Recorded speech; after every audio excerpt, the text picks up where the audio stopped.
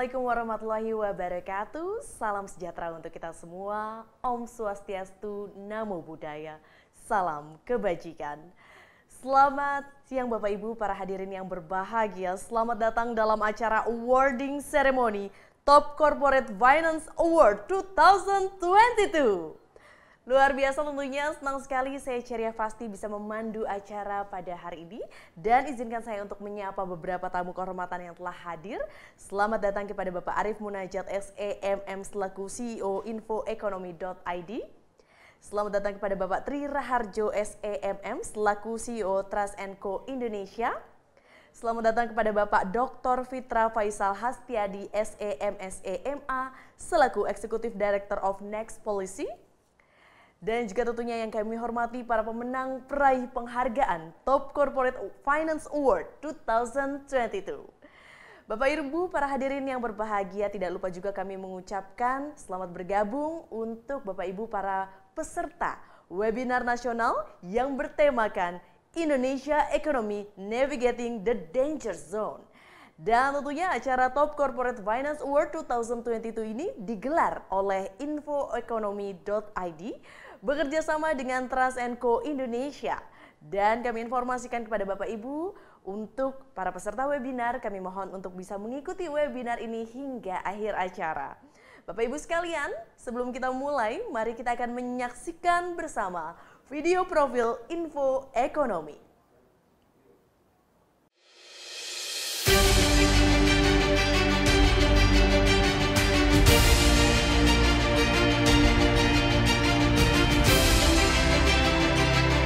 Media online kini memiliki peran strategis dan sangat penting dalam penyebaran informasi kepada publik tentang pertumbuhan perekonomian dalam negeri. Media dituntut harus mampu memberikan kontribusi bagi pelayanan informasi kepada masyarakat yang bersifat informatif dan edukatif. Telah hadir di tengah masyarakat Indonesia, infoeconomy.id, sebuah media digital yang menyajikan berita terkini dan terdepan dan menyampaikan informasi-informasi meliputi kebijakan ekonomi pemerintah dan makroekonomi, aktivitas bisnis perusahaan pemerintah dan swasta, keuangan, pariwisata, kegiatan tanggung jawab sosial lingkungan perusahaan, serta berita terkait ekonomi lainnya. Infoeconomy.id diluncurkan untuk menjadi media terdepan dan terpercaya dalam pemberitaan seputar ekonomi sebagai sumber berita dalam mendapatkan informasi secara komprehensif, kredibel, dan akurat. Penyajian berita ditampilkan dengan konten visual yang menarik, informatif, dan kekinian, serta melalui beragam platform digital, sehingga memudahkan dalam memahami informasi yang disampaikan dan menimbulkan manfaat maksimal bagi masyarakat Indonesia. Simak berbagai informasi terkini dan terdepan seputar ekonomi di infoeconomy.id.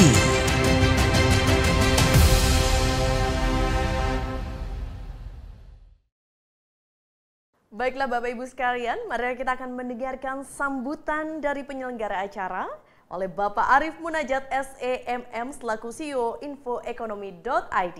Kepada Bapak Arief Munajat, kami persilahkan. Assalamualaikum warahmatullahi wabarakatuh.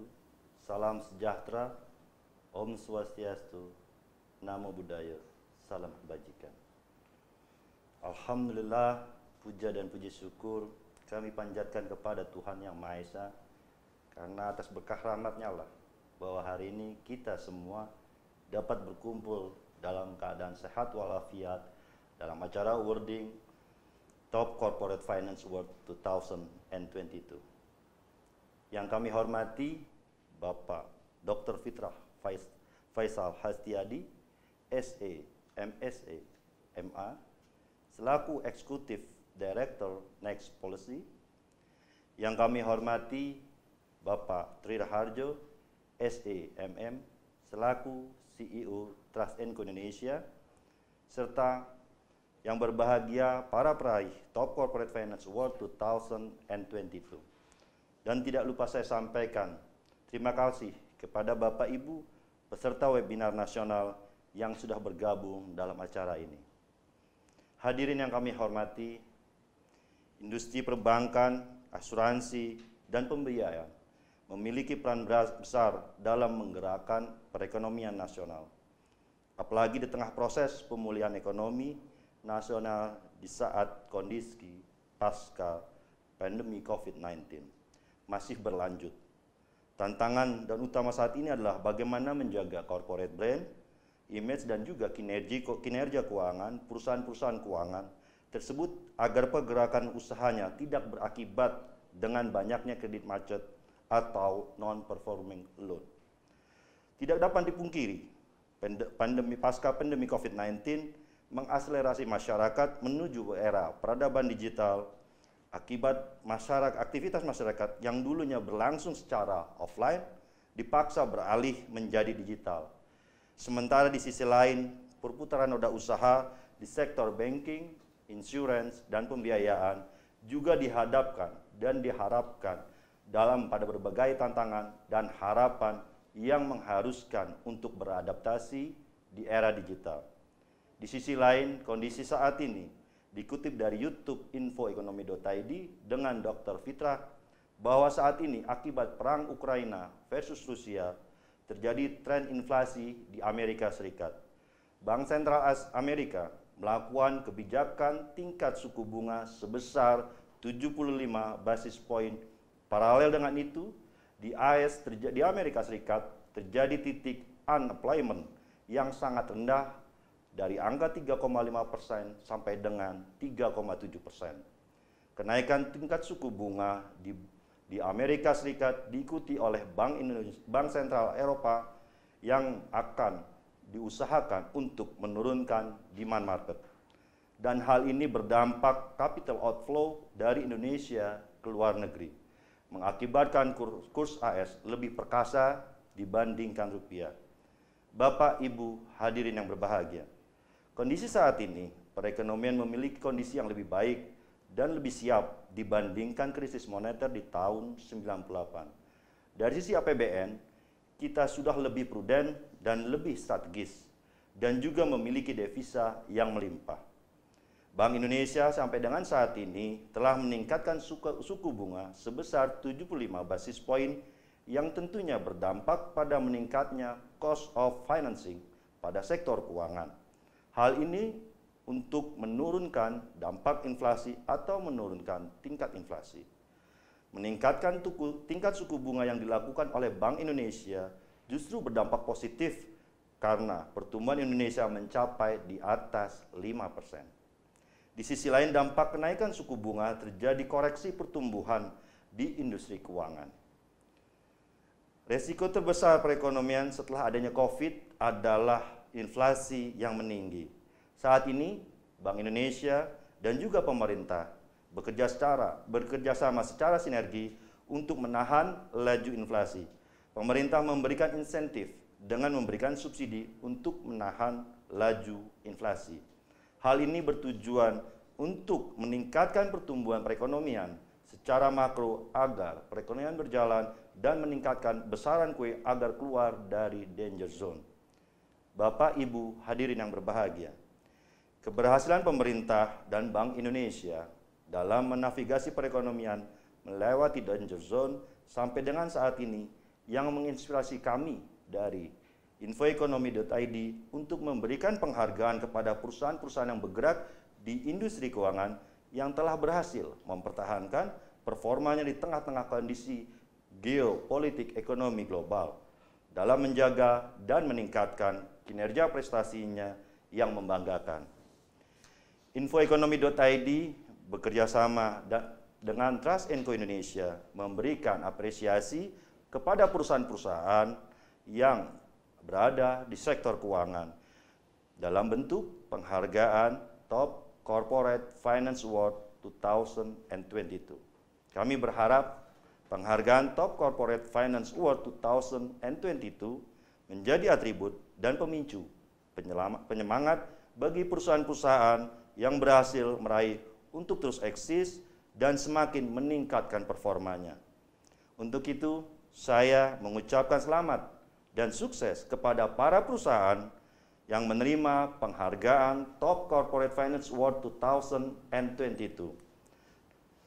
Demikian sambutan saya, kurang lebihnya saya mohon maaf, dan sekali lagi terima kasih kepada semua pihak yang telah mendukung acara pada hari ini. Wassalamualaikum warahmatullahi wabarakatuh. Terima kasih Bapak Arif Najat selaku CEO Infoekonomi.id atas kata sambutannya.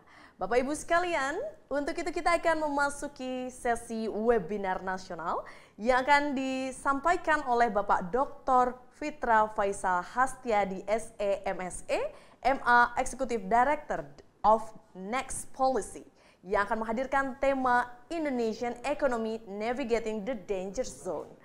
Untuk itu kepada Bapak Fitra Faisal Hastiadi, yang beliau seorang pengamat dan ekonom muda yang juga menjadi tenaga pengajar pada Fakultas Ekonomi dan Bisnis Universitas Indonesia. Kepada Bapak Fitra Faisal Hastiadi, kami persilahkan. Baik, terima kasih pada panitia, Pak Arif, Pak Tri, dan juga rekan moderator. Assalamualaikum warahmatullahi wabarakatuh. Selamat siang, salam sejahtera buat kita semua. Saya akan share materinya ya sebentar.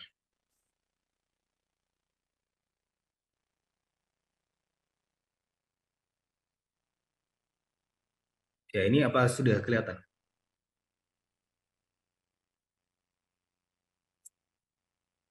Oh, sebentar ya, saya share lagi.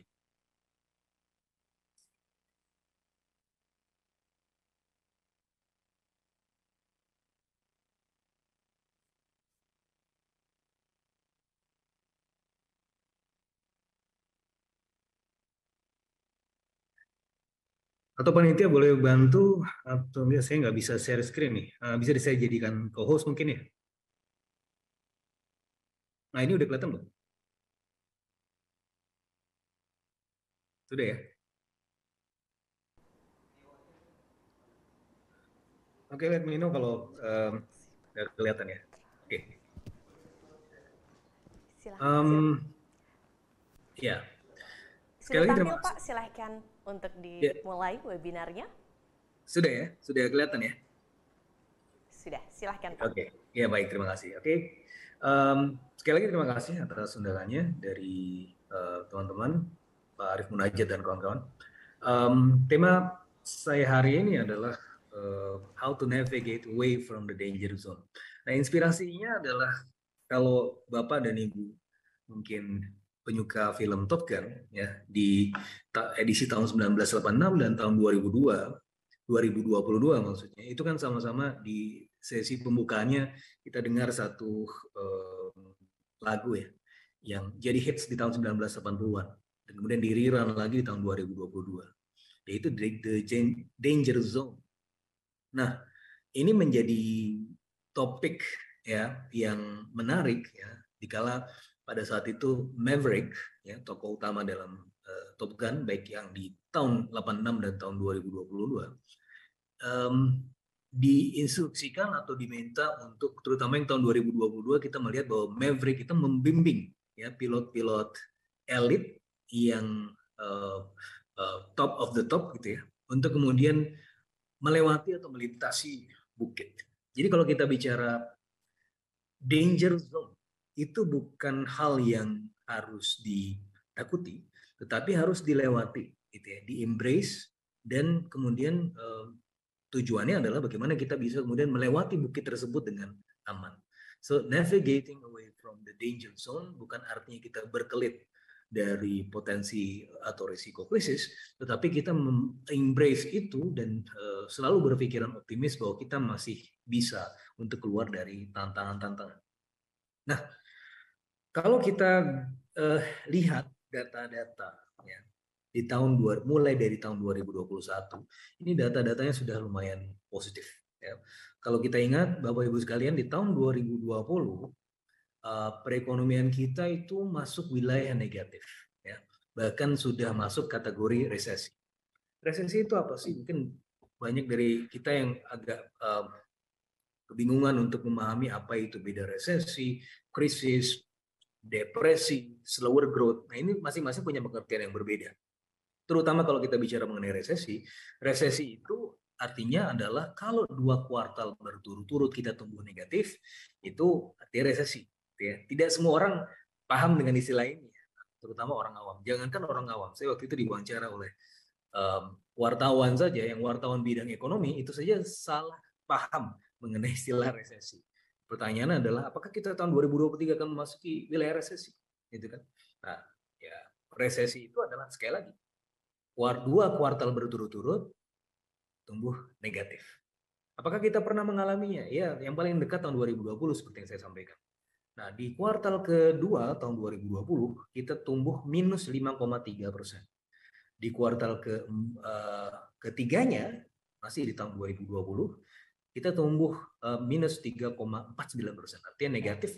Nah, berdasarkan konsensus kalau sudah 2 kuartal berturut-turut berarti sudah masuk definisi teknis dari resesi. Kemudian di kuartal keempat di tahun 2020 yang terjadi adalah juga tumbuh negatif minus 2,17%. Sehingga all in all kita lihat growth average atau yearly average growth di tahun 2020 itu minus 2,0 sekian persen. Artinya ya pertumbuhan ekonomi negatif dan sudah masuk wilayah teknis resesi.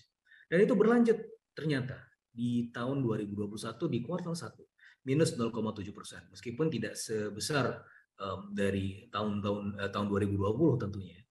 Nah, tetapi mulai di tahun 2021 kuartal kedua itu sudah masuk wilayah positif 7% di kuartal keduanya, sehingga all in all di tahun 2021 average growth-nya 1 tahun itu 3,69%. Nah, dari situ kita bisa kemudian mengambil sebuah kesimpulan bahwa tahun 2021 kita sudah bye-bye terhadap resesi.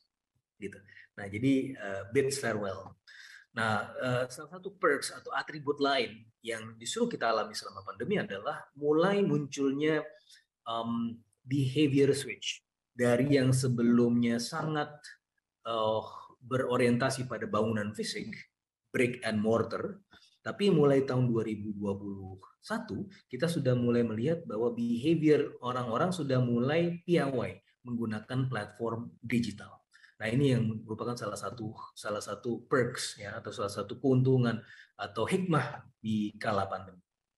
Nah, terkait dengan apa yang sering diutarakan para ekonom ya, juga kemudian ketakutan dari masyarakat terkait dengan potensi kegelapan di tahun 2023, ini secara global bahkan Bank Dunia dan juga IMF sudah mulai mengkoreksi pertumbuhan ekonomi global di tahun 2023, yaitu mulai mendekati nol meskipun tidak masuk wilayah negatif. Ada beberapa negara yang mungkin masuk pertumbuhan ekonomi negatif, tapi secara umum average growth itu masih positif meskipun sangat rendah gitu ya.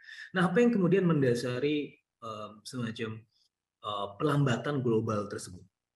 Ya, kalau kita sudah ingat dari tahun 2020 pelambatan global itu pernah terjadi, tetapi ketika bangkit ya harus kembali lagi ke arah bentuk pelambatan ekonomi yang cukup signifikan.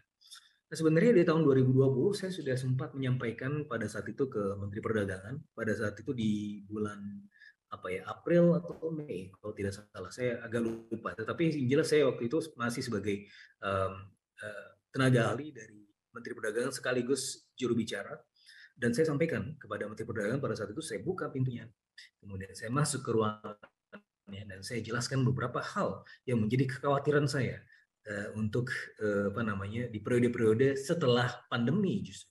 Nah, di tahun 2020-an ya, tahun 2020 dan tahun 2021 ya, saya juga menyampaikan ini tahun 2020 dan juga saya ulang lagi tahun 2021. Saya melihat ada suatu fenomena di mana negara-negara besar, ya, big boys, US, Jepang, Eropa, China, itu sama-sama memberikan stimulus. Nah, dampaknya apa? Stimulus ini, ya, di Amerika Serikat sendiri stimulusnya juga lumayan besar. Ini memicu suatu kondisi yang dinamakan demand overshooting. Ya. Dan ini sudah saya berikan kewaspadaan semenjak awal tahun 2020. Bahwa ini akan memicu suatu lesatan permintaan yang cukup signifikan.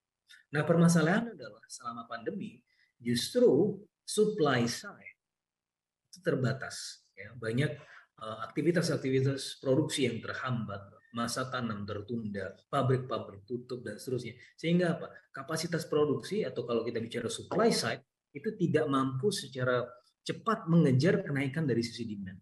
Ketika orang-orang diberikan disposable income, diberikan semacam keleluasaan spending, mereka punya uang, tetapi barangnya nggak ada.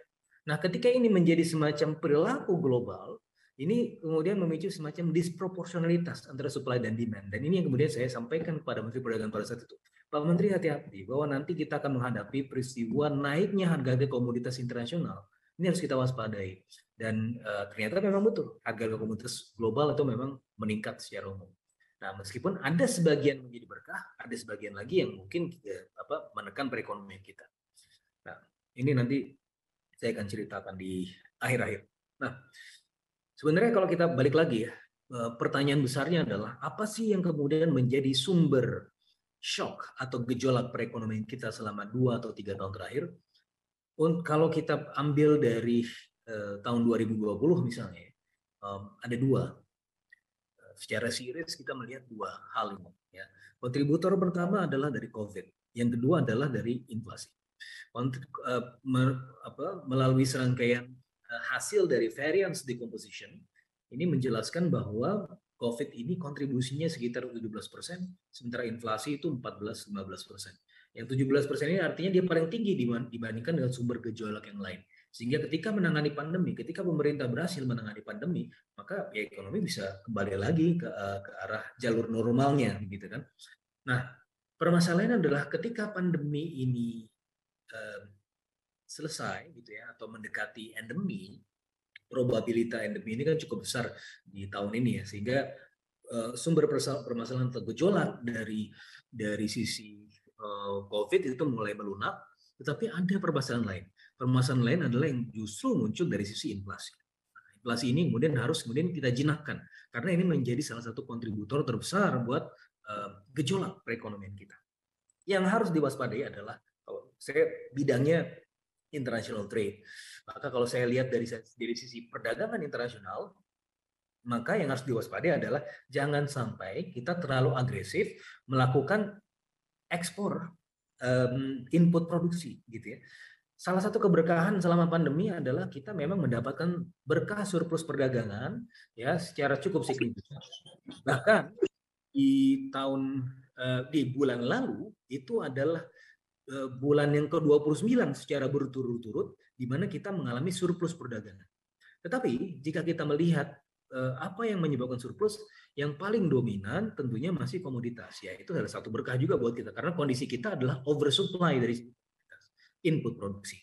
Cuma di sisi yang lain, dari simulasi kami menunjukkan juga bahwa ketika si ekspor ini terlalu dibuat agresif untuk input produksi ini kemudian dijual, diekspor tanpa kemudian memperhatikan kebutuhan domestik, maka di tahun 2023 ini ada potensi langka input produksi.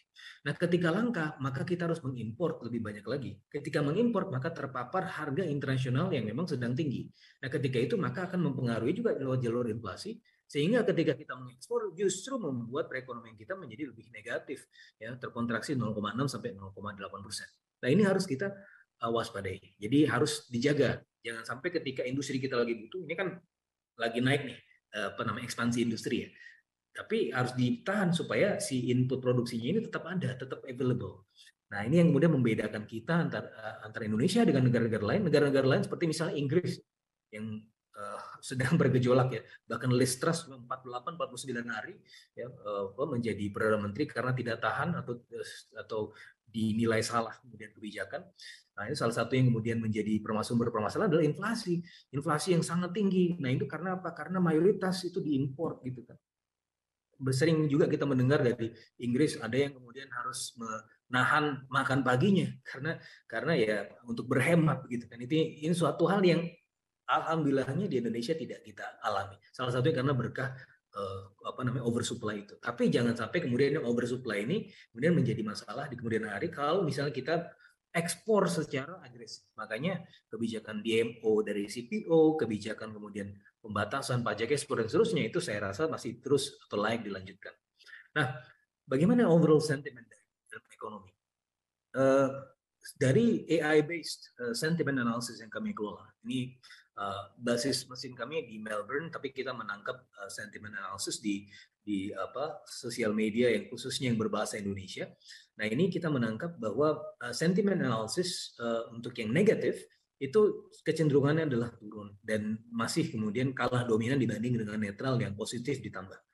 Nah, tetapi ada potensi kemudian spiking lagi mulai bulan September karena memang ada kecenderungan inflasi yang meningkat. Tetapi all in all kita masih in a very good condition. Tetapi tentu harus ada beberapa popular buzzword yang tentu harus kita akomodasi, atau pemerintah dalam hal ini harus bisa mampu melihat ini sebagai satu bentuk kewaspadaan. Orang masih takut miskin, dan ini menjadi popular buzzword di antara sentimen atau keywords yang terkait dengan ekonomi. Nah, ini ya harus kemudian harus mampu untuk di-tame, kemudian mampu dibuat tone-nya menjadi lebih positif. Karena bagaimana? Karena begini, kalau misalnya semua orang berpikiran negatif, maka yang muncul adalah ya efek negatif secara berombongan. Meskipun kondisi ekonomi kita baik, tetapi kalau semuanya berpandangan negatif akan memicu bandwagon effect, maka pada akhirnya akan negatif juga yang terjadi. Karena kan katanya di Al-Quran juga disebutkan Tuhan berdasarkan prasangka hambanya. Kalau hambanya prasangka hambanya baik ya jadi baik. Kalau prasangka hambanya buruk ya jadi buruk, gitu kan? Ini sesuai dengan apa yang disampaikan Barrow and Gordon di tahun 2022, ada self-fulfilling expectation. Jadi kalau misalnya kita semua punya pandangan buruk, maka pada akhirnya keburukan itu yang akan terjadi. Nah, secara umum untuk kondisi Indonesia ini kita masih bisa punya potensi untuk tumbuh di atas 5%. Even dengan segala external shock, tetap saja masih punya potensi itu. Tapi tentu resiko terbesar dari ekonomi kita sekarang adalah inflasi. Maka resiko inflasi itu yang harus di-tame, harus dijinakkan. Nah, kemudian ada peristiwa-peristiwa lain. Salah satunya adalah intervensi dari Bank Indonesia, ya, dan juga kemudian ada penyesuaian harga BBM. Nah, ini suatu hal yang harus kita lihat secara cermat. Untuk penyesuaian harga BBM misalnya. Nah, kenapa ini harus dilakukan? Karena kalau kita lihat ya dari sisi penggunaan BBM bersubsidi, ini ada ukurannya dinamakan Lorenz curve. Ini yang menunjukkan equality atau tingkat penggunaan itu secara equal. Kalau misalnya di bawah semakin dekat 0 artinya dia semakin equal. Artinya ini bisa saya simpulkan bahwa ini subsidi buat semua, gitu kan. Nah, tapi ini tidak adil. Keadilan itu bukan yang memberikan semuanya sama rasa, sama rata. Bukan. Tapi memberikan yang paling besar justru pada yang paling membutuhkan. Sekarang kalau kita lihat yang sebelumnya, ya yang menikmati subsidi energi itu ternyata bukan hanya orang yang miskin, tetapi juga orang yang menengah ke atas. Nah, ini kan harus dibuat prioritas. Prioritasnya adalah ketika ada tekanan eksternal, dan itu kemudian kita lihat dari sisi harga minyak dunia yang semakin menekan, meskipun ya sekarang kecenderungannya sudah turun, tetapi tetap saja kita tidak melihatnya dari satu data point, tetapi melihatnya secara series runtun waktu di beberapa bulan-bulan sebelumnya. Sehingga ini kan kalau dibuat average, tetap saja ini masih terlalu menekan kalau kita buat average price-nya. Nah, sehingga harus disesuaikan. Ketika external shock itu terjadi, maka yang harus dipikirkan adalah jangan sampai kemudian penggunaan APBN ini tidak tepat sasaran. Nah, akhirnya apa? Kita harus memikirkan tempat yang paling membutuhkan dan tempat yang paling produktif, gitu ya. Kalau misalnya subsidi energi, ya leverage terhadap perekonomian ini tidak terlalu besar. Yang kedua adalah dengan kita menghemat potensi 196 triliun dari penyesuaian harga BBM ini pada akhirnya juga akan memindahkan ya basis atau alokasi yang 190 triliun ini untuk yang kelompok menengah ke bawah dan untuk sektor-sektor yang produktif. Ini jauh lebih kemudian punya daya ungkit terhadap perekonomian ketimbang kemudian subsidi energi itu sendiri. Nah, kemudian bagaimana efek kompensasinya? Ternyata ya alhamdulillahnya ini bekerja dengan baik. Meskipun saya rasa yang besaran 24 triliun cash transfer itu harus perlu ditingkatkan lagi karena sebenarnya juga banyak yang juga terdampak. Tetapi setidak-tidaknya kalau kita lihat yang bottom 20%, ya ini mereka cenderung terbantu. Ya, karena kalau kita pakai misalnya proksi nilai tukar petani untuk indeks harga dibayarkan, itu mereka memang mengalami kenaikan harga sekitar 5,44%. Ini saya pakai proksi petani karena mayoritas mereka berada di bottom 20%. Memang mengalami kenaikan harga 5,4% yang mereka hadapi gitu ya. Tetapi di sisi yang lain, ketika ada additional income berupa cash transfer itu sekitar 7,5% dari additional income mereka, sehingga masih ada selisih. Harga naik, tapi pendapatan mereka juga naik dan bahkan masih ada selisihnya gitu. Dan ini suatu hal yang tentu baik buat perekonomian mereka, bahkan itu bisa menaikkan purchasing power mereka to some extent. Meskipun itu tentu tidak kita tidak boleh jumawa juga bahwa itu akan terjadi di lapangan. Harus selalu ada kontrol dan evaluasi. Nah, sekarang kita melihat juga Bank Indonesia. Bank Indonesia dalam hal ini menaikkan suku bunganya beberapa kali dari bulan Agustus 25 basis point, di bulan September 50 basis point, di bulan Oktober juga naik 50 basis point. Ini adalah sebagai pertama respon terhadap kenaikan The Fed yang beberapa kali 75 basis point, 75 basis point, 75 basis point, bahkan akan ada seri kenaikan berikutnya, mungkin tidak akan 75 basis point lagi, 50 basis point, tapi dia akan tetap menaikkan suku bunganya sampai suku bunga atau the Fed rate ini berada di atas inflasinya. Berarti ya kalau kita lihat inflasi di Amerika Serikat yang masih 8%, artinya ini kemungkinan the Fed menaikkan suku bunga masih cukup besar. Nah, dalam hal ini untuk menjaga disparitas supaya tidak ada potensi capital outflow secara cukup signifikan, maka Bank Indonesia juga meresponnya dengan kenaikan suku bunga. Nah, yang kedua adalah selain menjaga nilai tukar rupiah, Bank Indonesia juga dalam hal ini berusaha untuk menjaga expected inflation, ya, supaya inflasi tidak terlalu liar, terutama yang berasal dari demand side atau dari sisi demand. Nah, memang seolah-olah atau secara eksplisit gitu ya, secara kasat mata, kalau Bank Indonesia menaikkan suku bunga, berarti biaya kita semakin besar dong ya, biaya untuk melakukan ekspansi kredit, biaya ekspansi usaha gitu kan, bahkan kredit retail, kredit rumah juga akan menjadi lebih mahal. Berarti akan berakibat buruk dong buat perekonomian kita. Berarti prospek perekonomian kita ke depan justru akan menjadi lebih jelek. Tapi enggak juga gitu ya. Ini ada satu resiko, cost of financing. Tapi di sisi yang lain adalah resiko dari inflasi. Sebagaimana yang saya sampaikan tadi, resiko inflasi ini menjadi hantu buat perekonomian kita sekarang. Maka ini yang paling besar resikonya, ini yang harus ditangani terlebih dahulu. Dan ini kemudian sangat sesuai ketika kita melihat ketika Bank Indonesia menaikkan suku bunganya, justru prospek pertumbuhan ekonomi kita menjadi jauh lebih positif karena dia mengatasi ketakutan terbesar perekonomian, yaitu dari sisi inflasi. Tapi, nah ini kalau misalnya kita lihat ya, jadi ada kecenderungan upper bound, inflasi tidak terkelola dengan baik, bisa sampai di atas double digit, di atas 10%, artinya bisa double digit kalau misalnya ini tidak diintervensi oleh misalnya dari sisi demand melalui suku bunga. Nah, ini yang harus dijaga. Nah, tetapi inflasi tidak hanya berasal dari sisi demand, inflasi juga berasal dari sisi supply. Sebagaimana yang kita lihat di sini bahwa gap antara producers price index dengan consumer price index sudah sedemikian besar. Artinya ini apa? Artinya selama ini produsen yang mengalami kenaikan harga-harga itu tidak segera mentransmisikannya atau mempastrunya ke level konsumen. Sehingga apa yang dinikmati konsumen, ya memang ada kecenderungan harga-harga naik juga, tetapi belum 100% pass-through dari produsen. Yang produsen lakukan adalah harganya dijual tetap, harganya tetap gitu ya, tetapi produknya dibuat lebih kecil, yang biasa disebut sebagai shrinkflation. Nah tapi ini tidak akan berlangsung lama karena selama-lamanya meskipun si produsen akan melihat kemampuan juga dari sisi konsumennya, tapi mereka tidak akan juga bisa selalu bertahan di tekanan ongkos produksi, sehingga mereka harus segera mempastrunya. Secepat apa? Nah, berdasarkan simulasi yang kami lakukan, yang disebut sebagai Gauss-Markov switching regime, ini kecenderungannya adalah di kuartal ketiga dan kuartal 4 ini mulai terjadi mekanisme transmisinya atau pass-through effect-nya dari produsen ke konsumen. Nah, ini harus kemudian dicegah ya dengan apa? Salah satunya adalah intervensi ke supply side. Nah, ini yang kemudian menjadi domainnya pemerintah, bukan lagi bank sentral. Pemerintah dalam hal ini bisa memberikan tadi alokasi anggaran yang seharusnya diberikan untuk subsidi energi itu 196 triliun yang dihemat misalnya, itu bisa masuk ke industri, bisa bayarin electricity-nya, bisa bayar macam-macam ya, insentif dan seterusnya, supaya apa? Supaya industrinya masih terus bisa bergerak ya tanpa harus terlalu membebani konsumen. Itu yang pertama. Nah, salah satu contohnya juga yang kalau kita lihat di kuartal kedua kemarin itu kita tumbuh 5,4%. Salah satu yang juga tumbuh paling besar adalah sektor logistik, pengangkutan dan transportasi. Nah, sektor logistik, angkutan dan transportasi ini memiliki dampak langsung dari kenaikan harga BBM.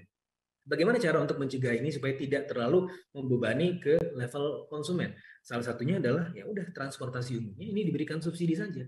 Caranya bagaimana? Ya subsidinya adalah kalau transportasi umum yang plat kuning itu sudah gampang, ada organda, bisa ada diskriminasi. Bagaimana dengan yang online ya, sama-sama aja, bahkan datanya jauh lebih lengkap database-nya kan kalau online ya. Sehingga ini bisa didiskriminasi. Diskriminasinya seperti apa sih? Nah, mereka bisa membeli Pertalite di level 7.650 ya, instead of 10.000 misalnya gitu kan. Karena kalau ya beberapa hasil diskusi saya dengan supir taksi, dengan online gitu ya, mereka itu sudah kemakan ininya apa namanya uang hariannya karena harus bayar BBM yang lebih besar gitu ya. Nah, ini mereka masuk kelas menengah yang tidak dibantu gitu. Nah, bagaimana cara membantunya? Dan bagaimana juga cara mencegah, itu kan baru dari sisi produsen, bagaimana pengguna angkutan transportasi ini supaya kemudian tidak terkena dampak langsung dari pass-through ini. Sekarang belum dinaikin tarifnya secara serentak mungkin, masih nunggu-nunggu. Nah, ya udah tadi 7.650 mereka bisa disubsidi. Keluar berapa sih pemerintah? 20-30 triliun paling. Nah, ini bisa kemudian dibuat supaya apa? Supaya tidak terjadi pass-through effect secara cukup signifikan ke level kelas menengah. Nah, bagaimana posisi Indonesia ya di antara global shock ini? Yang jelas kita sedang dalam kondisi yang sangat baik ya, bahkan terus berekspansi dari sisi Purchasing Manager Index in Manufacturing. Kita posisi kemarin di bulan September ini salah satu yang tertinggi dibandingkan dengan 5 bulan terakhir misalnya 53,7 ya, di tengah tekanan itu kita masih bisa perform well dan bahkan merupakan top performer di dunia ya. Nomor di atas kita cuma ada India, Thailand, Swiss sama Saudi Arabia. Saudi Arabia ya udah nggak usah ditanya lagi lah, mereka kan untung dari windfall profit minyak gitu kan. Nah, kita dari sisi ini juga masih cukup oke. Dari sisi pertumbuhan ekonomi kita juga on average kita masih di atas average growth gitu ya. Gitu juga dari sisi inflasi. Ini kalau saya update year on year inflation kemarin yang di data di bulan September itu 5,9% year on year-nya, artinya ya within the consensus, within the corridor gitu ya. Jadi kenaikan harga tersebut masih bisa kemudian, kenaikan harga BBM kemarin itu masih bisa kemudian di tame pertama dari sisi Bank Indonesia, yang kedua supply side intervention dari pemerintah, meskipun tentunya supply side intervention ini harus dilakukan secara terus menerus supaya apa? Supaya tidak terlalu membebani produsen yang pada akhirnya dipass through ke konsumen. Bagaimana dengan depresiasi? Depresiasi kita kalau kita lihat banyak berita-berita nih, saya sering mengkritik wartawan pakai berita terlalu bombastis. Itu kan sudah kiamat, sudah apa segala macam. Enggak, kita masih kita masih tidak seburuk itu begitu kan. Kalau kita bicara mengenai depresiasi, masih banyak kemudian yang jauh lebih terdepresiasi. Karena apa? Karena ya dolar ini menjadi terlalu kuat gitu kan. Ini akibat kalau istilah Steve Hanke ya, ekonom di Amerika Serikat juga, ini krisis atau recession di global ini bisa disebut sebagai self-inflicting, karena yang di pemerintah atau the Fed sendiri yang kemudian melakukan systemic demand destruction, yang kemudian membuat dolar terlalu kuat dan kemudian ini menimbulkan efek bandwagon kemana-mana, sehingga pada akhirnya ya juga kalau kita lihat dari nilai tukar mata uang di seluruh dunia juga ikut-ikutan rontok. Memang ada yang terapresiasi, tapi tidak terlalu banyak ya. Ruble Rusia ini juga termasuk yang anomali ya, karena ya mereka kan juga mendapatkan semacam kelimpahan dari harga minyak dunia juga gitu ya. Jadi kalau meminjam katanya pendapatnya Pak Sandi Uno gitu, dari perang ini mereka per-harinya biayanya 1 miliar US dollar. Tapi untungnya 5 miliar US dollar. Artinya dia bisa untung, dia bisa dapat potensi profit sekitar 3-4 miliar US dollar per day gitu ya. Makanya nih kita nggak tahu, nggak jelas nih sampai kapan nih si perangnya akan selesai. Nah, dari sisi internal dan external balance, dari sisi konsolidasi fiskal, kita defisit fiskalnya sudah terhadap APBN itu terhadap GDP itu sudah mulai terkendali, bahkan tahun 2023 itu akan dibuat di bawah 3%. Defisitnya, which is good, karena menurut Morgan Stanley, ini juga salah satu yang bisa melesatkan potensi ekonomi Indonesia, fiscal consolidation. Dari sisi external balance, ya dari sisi itu ya, performa ekspor, impor, investasi, dan segala macam, kita termasuk in a very good condition. Trade surplus terus gitu ya, meskipun ya kecepatannya menurun. Ini kalau misalnya di data terakhir di bulan ke-9 ini cuma 4,9 miliar US dollar, tetapi anyway itu adalah 29 kali berturut-turut kita surplus trade-nya. Meskipun tadi catatannya adalah jangan sampai terlalu jumawa juga, karena pada akhirnya ini juga akan punya beban ekonomi gitu ya. Nah, yang berikutnya juga data investasi kemarin yang belum saya masukkan di sini. Data investasi, realisasi investasi kemarin itu juga cukup meningkat, cukup signifikan. Salah satunya adalah karena proses hilirisasi. Ya, usaha kita untuk menghilirisasi di sektor pertambangan, nikel dan seterusnya itu ya berbuah investasi di hulu dan hilir gitu ya. Sesuatu yang dikritik sama EU ya, bahkan mereka membawa ke WTO, tapi ya yang jelas ini menguntungkan kita gitu ya, dan kita bisa move forward dengan kebijakan hilirisasi kita. Potensi resesi gimana?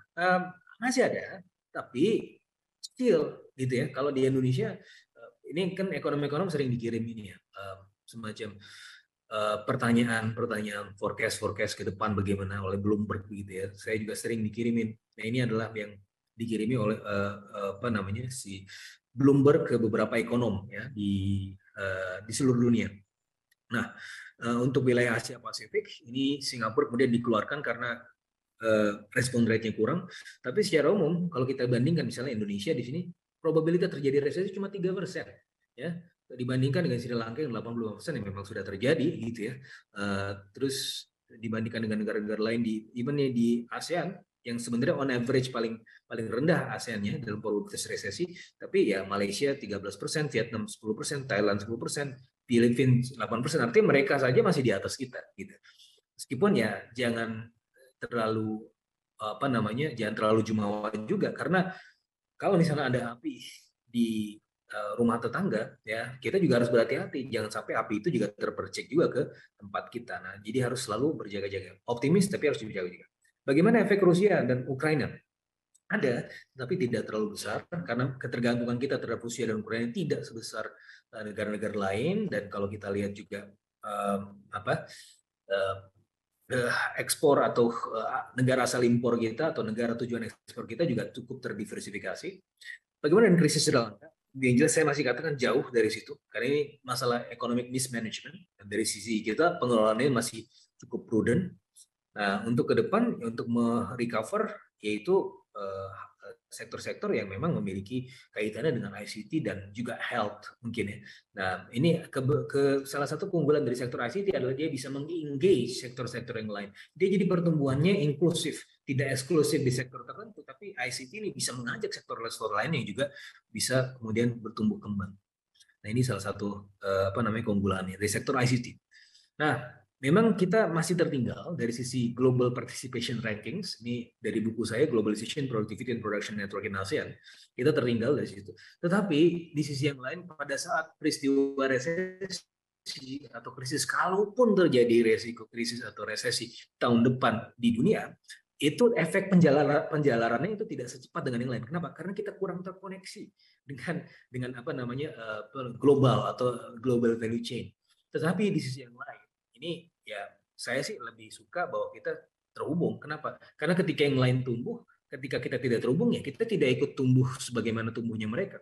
Peristiwa resesi, krisis itu paling cuma beberapa tahun sih.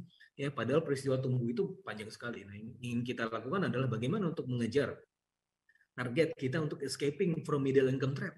Middle income trap ini kalau target kuantitatifnya sebenarnya 2000 sampai 2035. Kenapa? Karena sampai 2035 itu window of opportunity, demographic dividend, bonus demografi itu mulai berangsur-angsur hilang, gitu ya. Nah, makanya kita harus mengusahakan supaya kita bisa memanfaatkan. Oke, saya rasa itu saja dari saya. Ya, nanti kalau ada yang ingin tanyakan silakan. Terima kasih. Assalamualaikum. Ya, terima kasih tentunya Bapak Fitra Faisal Hastiadi atas informasi yang sangat-sangat bermanfaat sekali. Baiklah, Bapak Ibu sekalian yang kami hormati, tentu akan semakin lengkap rasanya jika kita simak presentasi metode penilaian yang akan disampaikan oleh Bapak Tri Raharjo SEMM selaku CEO Trust & Co Indonesia. Kepada Bapak Tri Raharjo, kami persilahkan. Oke, selamat siang Bapak Ibu sekalian. Selamat siang Dr.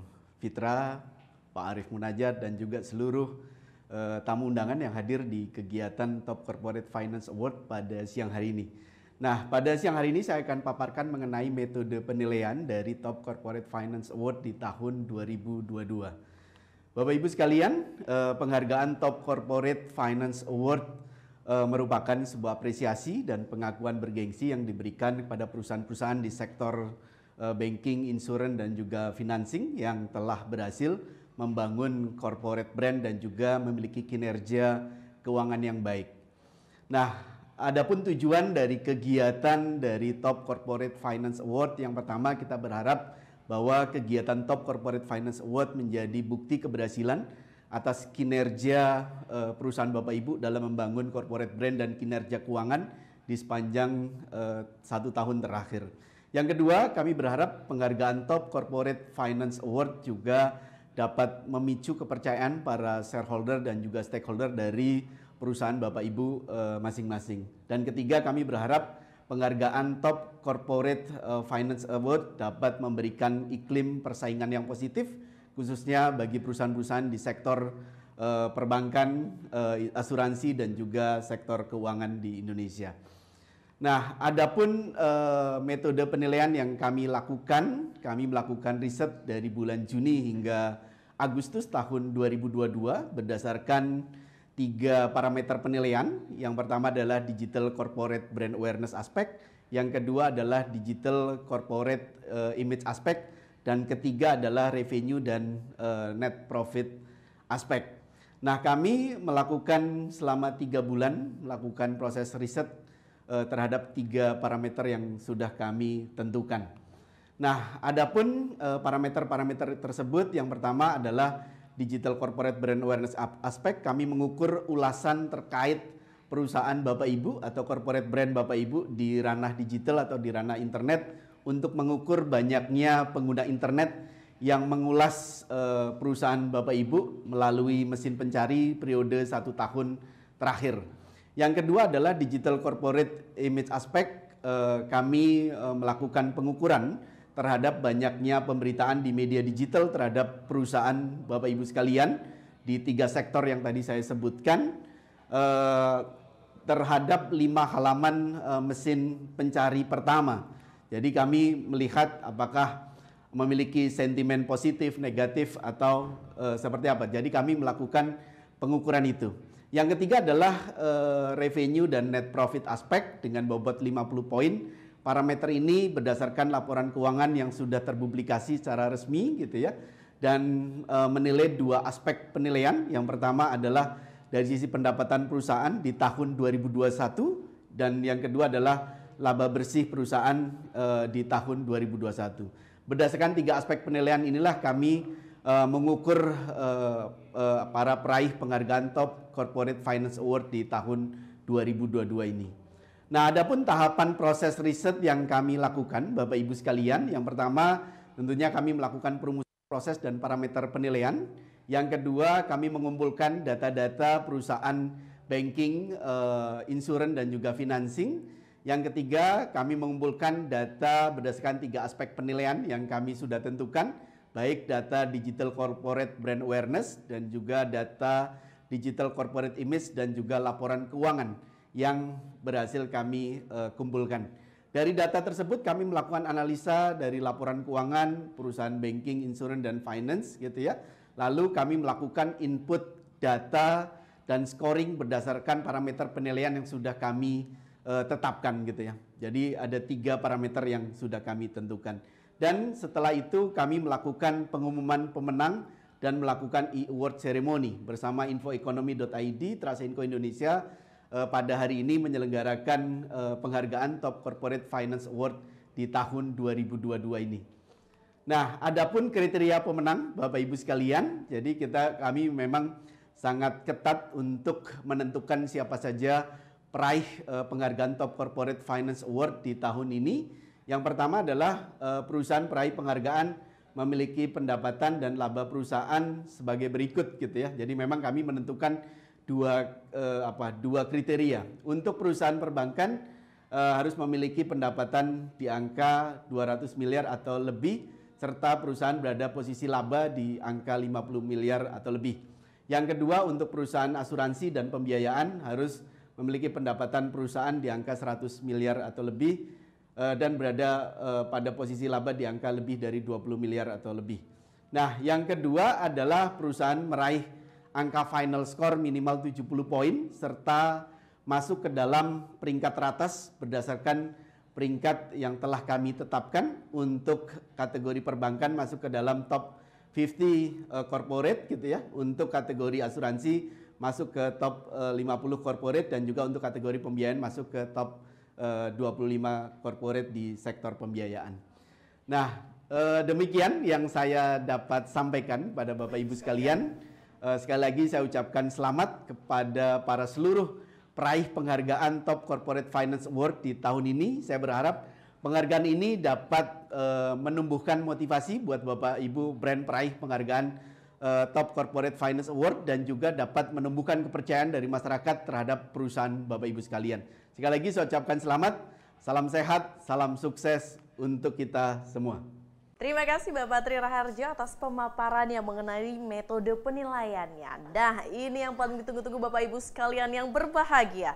Sekarang tiba saatnya kita akan memasuki sesi siapa sajakah para peraih Top Corporate Finance Award 2022. Ini dia tayangannya. Kinerja keuangan yang baik bagi perusahaan, banking, insurance, dan financing sangatlah penting, baik untuk tujuan internal maupun eksternal. Jika kinerja perusahaan baik, value perusahaan juga akan tinggi, dan yang juga diuntungkan adalah perusahaan dan nasabahnya. Tidak hanya kinerja keuangan, perusahaan banking, insurance, dan financing juga wajib membangun corporate brand awareness dan corporate image positif terhadap performance perusahaan. Untuk itu, sebagai bentuk dukungan terhadap perusahaan banking, insurance, and financing yang telah berhasil membangun corporate brand dan kinerja keuangan yang baik, infoekonomi.id sebagai media dari suara pemerintah.id menggandeng kerjasama erat dengan Trust & Co Indonesia dengan bangga mempersembahkan penghargaan bergengsi Top Corporate Finance Award 2022. Top Corporate Finance Award 2022 merupakan apresiasi dan pengakuan bergengsi yang diberikan kepada perusahaan-perusahaan di sektor banking, insurance, dan financing yang dinilai berhasil dalam membangun corporate brand dan memiliki kinerja keuangan yang baik berdasarkan parameter yang ditetapkan. Riset Top Corporate Finance Index dilakukan pada Juni hingga Agustus 2022 terhadap 108 perusahaan perbankan, 136 perusahaan asuransi, dan 213 perusahaan pembiayaan di Indonesia. Top Corporate Finance Award 2022 diberikan kepada perusahaan-perusahaan terpilih berdasarkan hasil riset Top Corporate Finance Index dengan mengacu kepada 3 aspek penilaian, yaitu Digital Corporate Brand Awareness Aspect, Digital Corporate Brand Image Aspect, dan Revenue and Net Profit Aspect. Inilah Top Corporate Finance Award 2022.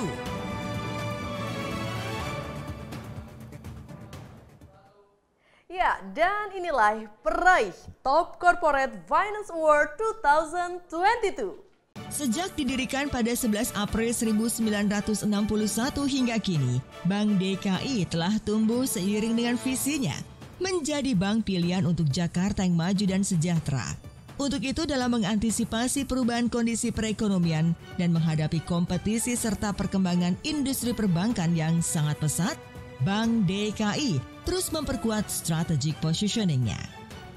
Untuk mendukung pencapaian visinya, Bank DKI menjalankan misi dengan mendukung pertumbuhan Jakarta melalui pengembangan UMKM, kemudahan bertransaksi, dan mewujudkan sistem transaksi non-tunai guna menghadapi persaingan yang ketat, termasuk menghadapi era digitalisasi untuk mewujudkan kinerja berkualitas yang berkelanjutan. Berdasarkan laporan keuangan perusahaan tahun 2021, Bank DKI berhasil mencatatkan pendapatan bunga bersih sebesar 2,67 triliun rupiah dengan total laba bersih mencapai 727,36 miliar rupiah, tumbuh 25,27% dari tahun sebelumnya. Inilah peraih Top Corporate Finance Award 2022 PT Bank DKI.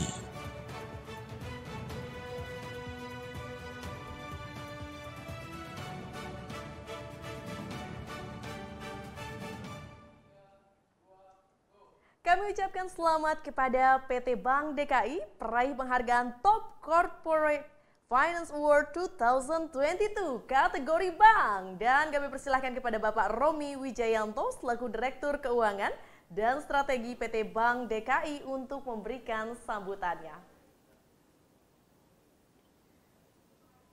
Terima kasih. Assalamualaikum warahmatullahi wabarakatuh. Waalaikumsalam.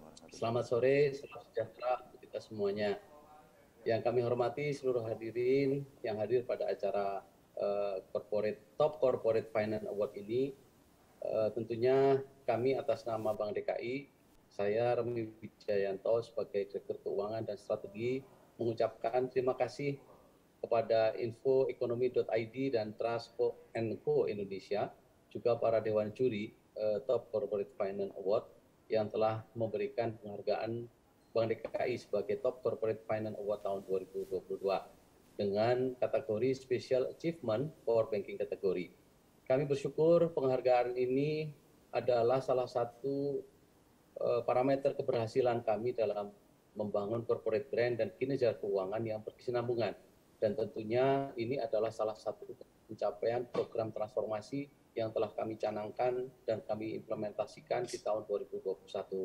Penghargaan ini kami dedikasikan untuk para nasabah, stakeholder, juga para pemangku kepentingan Bank DKI dan tentunya seluruh masyarakat Jakarta. Kami Bank DKI terus inovasi dengan berbagai upaya penyederhanaan proses bisnis, termasuk untuk pengembangan produk layanan digital seperti yang tadi disampaikan, Check One Mobile, Simple App untuk Check One, ada Check One Abang untuk pelaku UMKM. Dan tentunya dengan penghargaan ini semakin memberikan semangat kami untuk terus bisa memberikan layanan yang terbaik. Semoga Allah selalu meridhoi kita semuanya. Sekali lagi terima kasih untuk Bapak Ibu semuanya. Assalamualaikum warahmatullahi wabarakatuh. Waalaikumsalam warahmatullahi wabarakatuh. Terima kasih Bapak Romi Wijayanto selaku Direktur Keuangan dan Strategi PT Bank DKI. Dan saya ucapkan selamat kepada PT Bank DKI atas diraihnya Top Corporate Finance Award 2022 dengan kategori bank. Baik, kita akan mengabadikan momen spesial ini. Kita akan berfoto bersama, berikan senyum terbaik ke kamera. Silahkan 1, 2, 3. Terima kasih. Selamat sekali lagi kepada para pemenang. Dan selanjutnya kita akan menuju ke peraih Top Corporate Finance Award 2022. Sebagai bank sentral di Provinsi Kalimantan Tengah yang memiliki peran dominan dalam pembangunan perekonomian, Bank Pembangunan Daerah Kalimantan Tengah atau Bank Kalteng menjalankan bisnis perbankan dengan produk meliputi dana pihak ketiga, pembiayaan atau kredit dan layanan jasa perbankan lainnya. Perannya sebagai mitra konsultasi bagi pemerintah daerah dalam pengelolaan keuangan, juga sebagai pemegang kas bagi pemerintah daerah, menjadikan Bank Kalteng menduduki posisi strategis dalam mendorong pertumbuhan ekonomi sebagai salah satu sumber pendapatan asli daerah, serta mendorong pertumbuhan ekonomi daerah hingga mendorong pembangunan ekonomi nasional.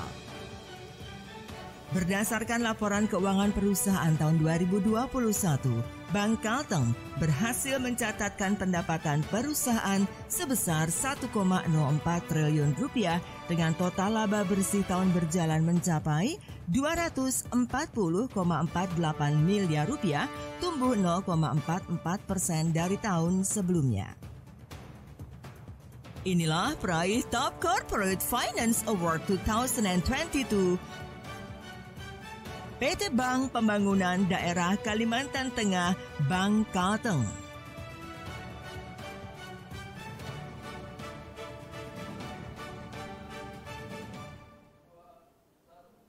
Kami ucapkan selamat kepada PT Bank Pembangunan Daerah Kalimantan Tengah, peraih penghargaan Top Corporate Finance Award 2022 dengan kategori bank. Dan kami persilahkan kepada Bapak Ahmad Selanorwanda SEMSI selaku Direktur Utama Bank Kalteng untuk memberikan sambutan. Silakan mic-nya boleh di-unmute Bapak, mohon berkenan. Bismillahirrahmanirrahim. Assalamualaikum warahmatullahi wabarakatuh. Salam sejahtera untuk kita semuanya. Bapak Ibu yang saya hormati, puji dan syukur kehadirat Allah Subhanahu wa taala, Tuhan Yang Maha Esa. Di usianya yang ke-61 tahun, Bank Kalteng pada tanggal 28 Oktober 2022 ini PT Bank Kalteng mendapatkan penghargaan Top Corporate Finance Award 2022.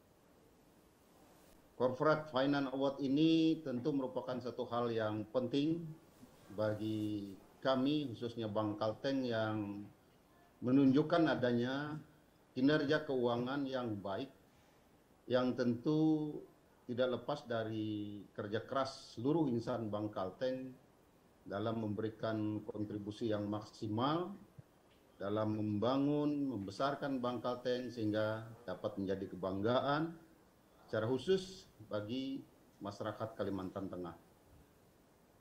Award ini diharapkan mampu menjadi semangat bagi Bank Kalteng untuk terus memberikan kinerja yang positif serta juga memberikan kontribusi yang maksimal bagi pertumbuhan dan perkembangan perekonomian Kalimantan Tengah, sekaligus tentu mampu untuk semakin meningkatkan kinerja perusahaan sehingga mampu bersaing di peta persaingan bisnis di Indonesia. Sekali lagi, terima kasih kepada manajemen Info Ekonomi ID dan Trust & Co atas apresiasi ini, atas penghargaan ini. Untuk itu, kami yakin bahwa penghargaan ini akan semakin meningkatkan semangat kerja kami, gairah kerja kami dalam meningkatkan kinerja keuangan PT Bank Kalteng ke depan. Terima kasih, salam sehat, salam sukses untuk kita semua. Saya akhiri, wassalamualaikum warahmatullahi wabarakatuh. Waalaikumsalam warahmatullahi wabarakatuh. Terima kasih Bapak Ahmad Selanorwanda SEMSI selaku Direktur Utama Bank Pembangunan Daerah Kalimantan Tengah. Dan juga saya ucapkan selamat kepada Bank Pembangunan Daerah Kalimantan Tengah yang telah meraih penghargaan Top Corporate Finance Award 2022 dengan kategori bank.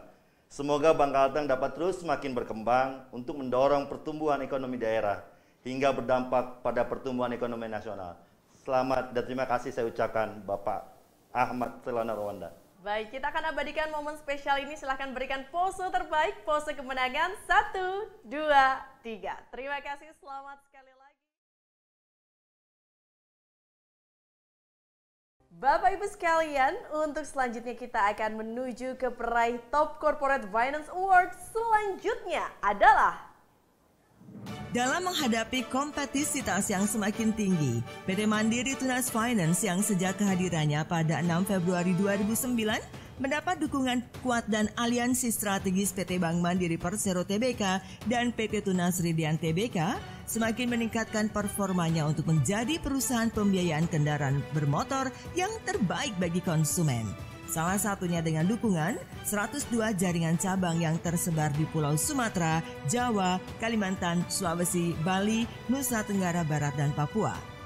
Untuk mewujudkan visinya to be the most progressive and reliable multi-finance in Indonesia, Mandiri Tunas Finance berorientasi kepada pemenuhan kebutuhan kredit masyarakat untuk mensejahterakan bangsa dan peduli terhadap lingkungan memberikan keuntungan dan manfaat optimal bagi pemangku kepentingan, membangun sumber daya manusia profesional dan pantang menyerah melalui budaya kerja perwira, dan menjadi intuisi yang menyenangkan dan membanggakan dalam berkarya meraih prestasi terbaik.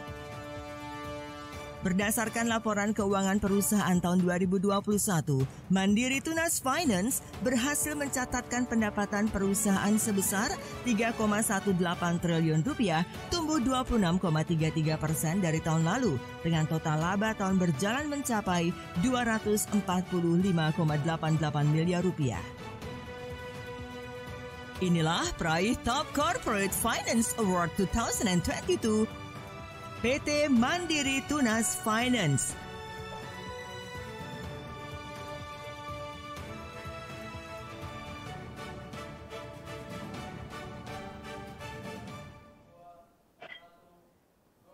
Kami ucapkan selamat kepada PT Mandiri Tunas Finance selaku peraih penghargaan Top Corporate Finance Award 2022 kategori pembiayaan. Dan kami persilahkan kepada Bapak Taufik Akbar selaku Department Head Corporate Communication untuk memberikan sambutan. Silakan. Assalamualaikum warahmatullahi wabarakatuh.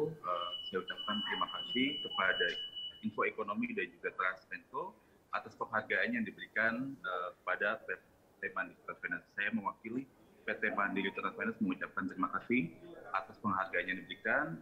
Saya berharap dengan penghargaan ini nantinya bisa memberikan kontribusi kepada seluruh pegawai untuk bisa bekerja lebih keras lagi menuju visi misi perusahaan yang menjadi goals kita nantinya. Terima kasih saya ucapkan kembali kepada Transmenko dan juga Info Ekonomi. Terima kasih. Terima kasih Bapak Taufik Akbar selaku Departemen Head Corporate Komunikasi Mandiri Tunas Finance, dan saya ucapkan selamat kepada PT Mandiri Tunas Finance atas penghargaan Top Corporate Finance Award 2022 dengan kategori pembiayaan.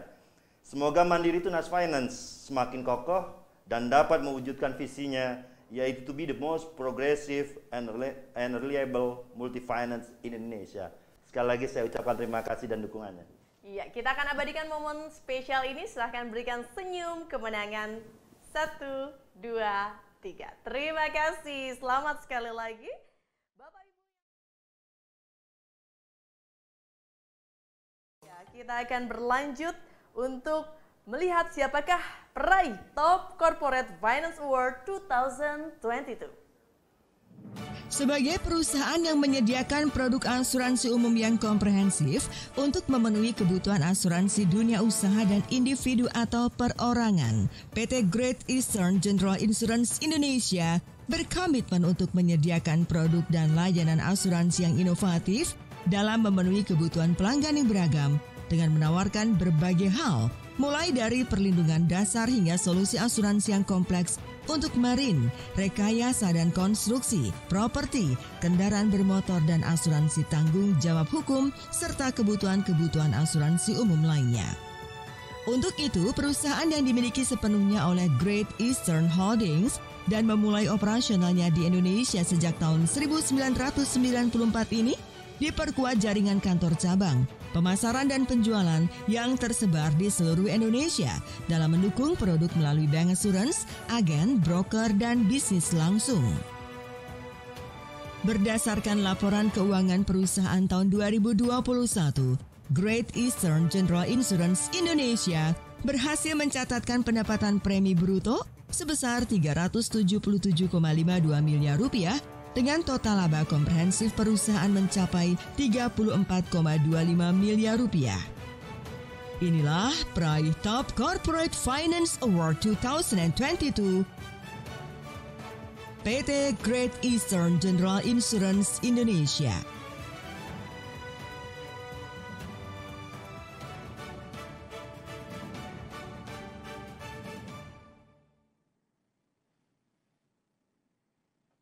Kami ucapkan selamat kepada PT Great Eastern General Insurance Indonesia, peraih penghargaan Top Corporate Finance Award 2022 kategori asuransi.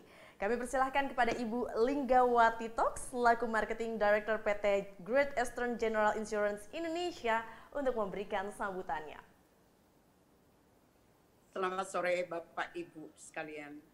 Mewakili direksi dan karyawan PT Great Eastern General Insurance Indonesia, kami mengucapkan terima kasih yang sebesar-besarnya atas penghargaan yang diberikan kepada kami dari Trust Co Indonesia dan juga Info Ekonomi yang telah memberikan penghargaan ini kepada kami di acara Top Corporate Finance Award 2022.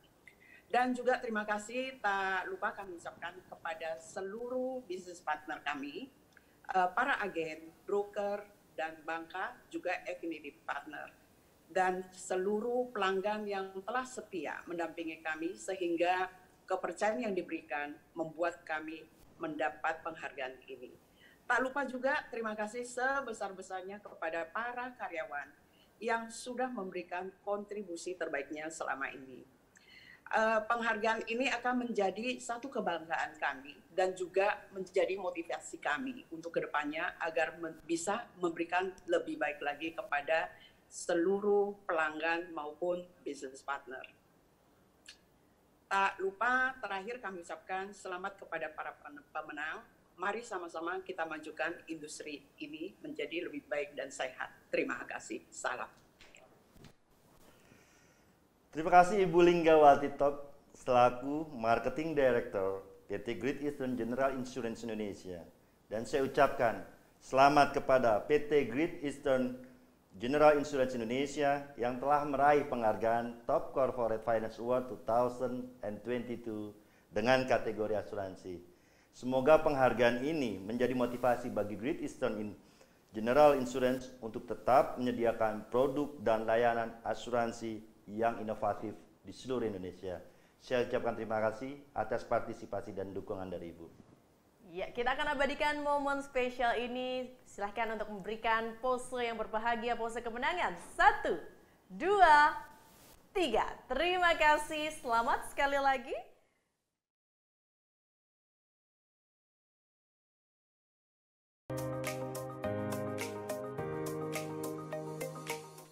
Top Corporate Finance Award 2022 selanjutnya adalah sejak didirikan pada 5 Juli 1962 hingga kini, Bank Pembangunan Daerah Bali atau BPD Bali telah tumbuh seiring dengan visinya menjadi bank yang kuat, berdaya saing tinggi dan terkemuka dalam melayani UMKM serta berkontribusi bagi pertumbuhan perekonomian daerah yang berkelanjutan. BPD Bali kini terus melakukan transformasi digital dan membangun dan menguatkan ekosistem digital dengan transformasi transaksi penerimaan dan pendapatan daerah Bali dalam elektronifikasi sistem.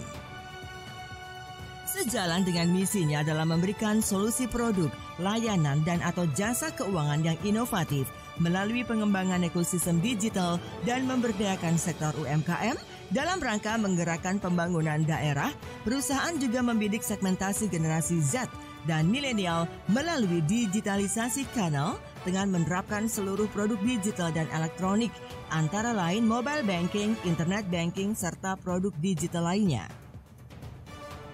Berdasarkan laporan keuangan perusahaan tahun 2021, BPD Bali berhasil mencatatkan pendapatan perusahaan sebesar 2,46 triliun rupiah dengan total laba bersih tahun berjalan mencapai 549,15 miliar rupiah, tumbuh 5,24% dari tahun sebelumnya. Inilah peraih Top Corporate Finance Award 2022 PT Bank Pembangunan Daerah Bali, Bank BPD Bali.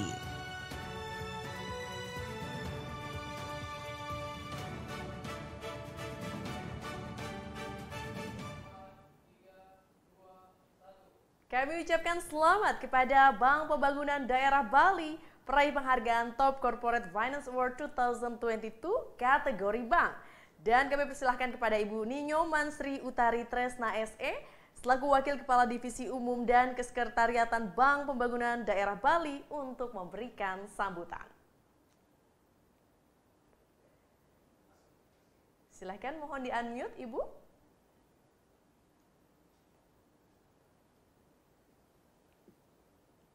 Selamat sore. Assalamualaikum warahmatullahi wabarakatuh. Om Swastiastu.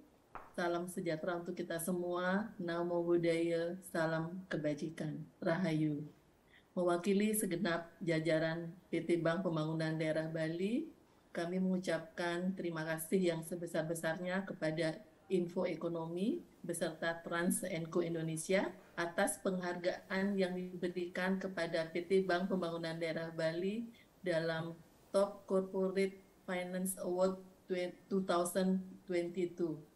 Semoga penghargaan ini dapat memberikan motivasi kepada seluruh insan PT Bank Pembangunan Daerah Bali untuk memberikan kinerja yang terbaik serta memberikan pelayanan kepada nasabah dan secara terus-menerus meningkatkan inovasi dalam rangka memberikan pelayanan yang terbaik. Sekali lagi terima kasih dan saya ucapkan selamat juga kepada seluruh pemenang pada penghargaan hari ini. Selamat sore. Terima kasih Ibu Nyoman Sri Utari Tresna, SE, selaku Wakil Kepala Divisi Umum dan Kesekretariatan Bank Pembangunan Daerah Bali.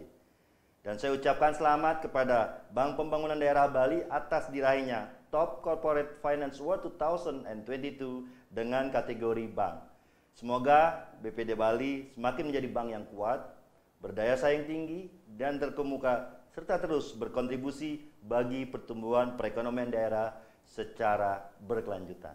Terima kasih dan supportnya Ibu. Kita abadikan momen spesial kemenangan ini. Silakan berikan pose terbaik.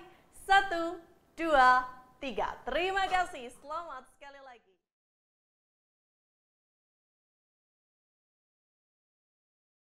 Bapak Ibu sekalian, kita akan berlanjut untuk menyaksikan peraih Top Corporate Finance Award 2022 adalah menjadi perusahaan asuransi jiwa yang kuat, berorientasi jangka panjang, dan telah memiliki pengalaman sejak 1908 di Singapura dan Malaysia. Great Eastern melebarkan sayapnya dengan mendirikan PT Great Eastern Life Indonesia pada 1996. Dengan visi untuk menjadi penyedia jasa layanan keuangan di Indonesia yang dikenal akan keunggulannya, Great Eastern Life Indonesia hadir untuk membuat hidup lebih indah dengan menyediakan keamanan keuangan dan mempromosikan hubungan yang sehat dan bermakna. Untuk itu, Great Eastern Life Indonesia pun menyediakan rangkaian produk asuransi yang diciptakan guna memenuhi berbagai kebutuhan masyarakat dalam hal pengembangan kekayaan, perlindungan keluarga, perlindungan kesehatan, rencana hari tua, dan rencana pendidikan anak melalui beberapa jalur distribusi seperti bank assurance dan digital. Berdasarkan laporan keuangan perusahaan tahun 2021, Great Eastern Life Indonesia berhasil mencatatkan pendapatan premi sebesar 2,3 triliun rupiah, meningkat 22% dari tahun lalu, dan total laba bersih mencapai 31 miliar rupiah. Inilah peraih Top Corporate Finance Award 2022 PT Great Eastern Life Indonesia.